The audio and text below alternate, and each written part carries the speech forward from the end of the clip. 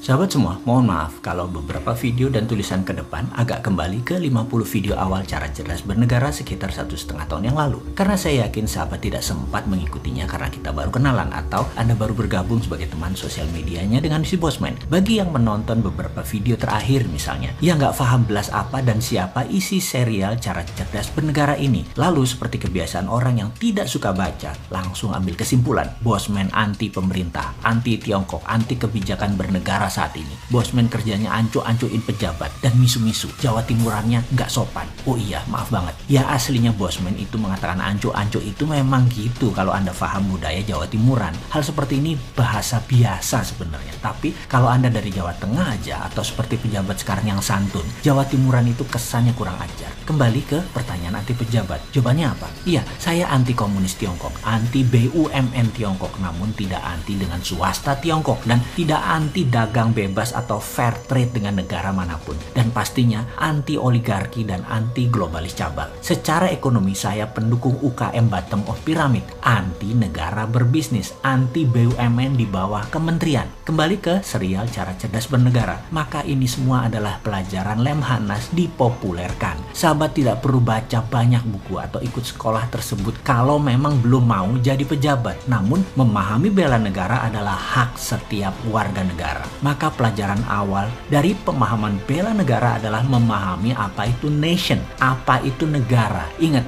negara bukan pemerintah. Negara NKRI itu bukan milik pejabat atau seenaknya mengelola negara atas nama pemerintahan yang memenangi pemilu. Negara punya rakyat Indonesia. Negara bukan punya pemerintahan yang 5 tahunan berganti mengelola. Kita semua tahu bangsa Indonesia lahir terlebih dahulu sebelum negara NKRI berdiri, yaitu ketika Sumpah Pemuda tahun 1928. Barulah negara NKRI berdiri di tahun 1945. Dan pemerintahan, ya periode sekarang periode Pak Jokowi, itulah pemerintah. Karena itu segala hal mengenai kebijakan kalau merugikan atau ada kecenderungan merugikan negara, kita ingatkan, dan itu adalah hak setiap warga negara. Caranya ada dengan demo teriak-teriak, ada lewat udara ala Bosman. Kalau warga negara punya hak, maka nation, negara juga punya hak-hak tersebut disebut namanya nation right. Nation right lebih tinggi dari human right. Hal ini sering disalahartikan dan bisa disalahgunakan oleh pemerintahan yang otoritarian atau cenderung menggunakan kekuatan hukum untuk menghukum hal yang tidak sesuai dengan maunya kebijakan pemerintah. Tipis memang kekuatan demokrasi terpimpin Pancasila dengan demokrasi ala barat dengan bernegara otoritarian yang kebanyakan adalah komunis, atau demokrasi yang dipelintir ala negara masing-masing. Singapura gitu-gitu bukan negara demokrasi 100% ala barat. Singapura punya gaya pemerintahan sendiri, gak boleh beda dengan pejabat atau penguasanya rakyatnya. Mana ada sih yang berani teriak berbeda di Singapura? Malaysia sama juga, tipis-tipis dengan Singapura.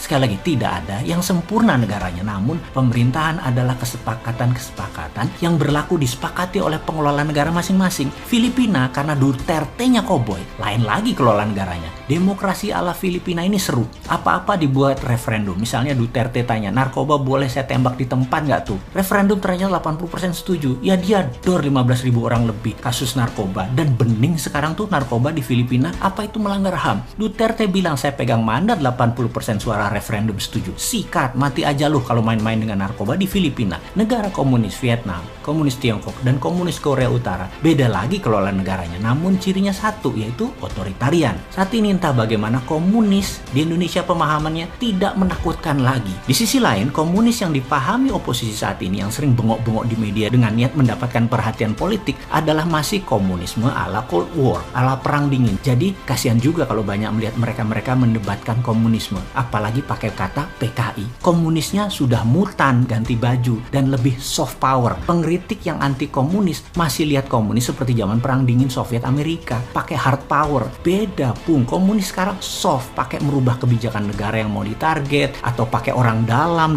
tanda petik. Perangnya beda, mainnya lebih cantik mereka sekarang. Jangan teriak model tahun 60-70-an zaman James Bond, zaman Cold War. Beda sekarang komunisnya. Yang menjabat sekarang podo nggak pahame. Karena itu kena jebakan dimainkan soft power. Lucu ya, yang mengkritik salah ilmu ketinggalan zaman, yang dikritik sama sekali nggak paham karena kesumpel cuan. Karena itu terlihat nggak nyambung kalau ngomong di media massa mainstream yang memang bukan solusi, tapi yang memang cari sensasi. Satu teriak PKI, yang satu kerjasama dengan negara komunis sebagai business as usual. Ini semua tidak akan terjadi kalau paham apa itu nation threat. Jadi apa itu ancaman bernegara? Kita tanya pejabat sekarang yuk. Ini perusahaan asing BUMN Tiongkok mengeduk tambang sumber daya alam di Sulawesi masuk ancaman nasional apa tidak? Hutang negara setiap tahun naik itu nation threat apa bukan? Impor yang tidak bisa terselesaikan selama 7 tahun menjabat ini yang naik terus kebutuhannya itu nation threat bukan? Kalau bukan ya lanjutkan. Kalau ancaman mana solusinya? Ngomong-ngomong, adakah lembaga di negara ini yang menentukan ancaman saat ini ya di Indonesia? Kok nggak ada suaranya? Apa memang nggak ada atau tidak punya kemampuan bernegara?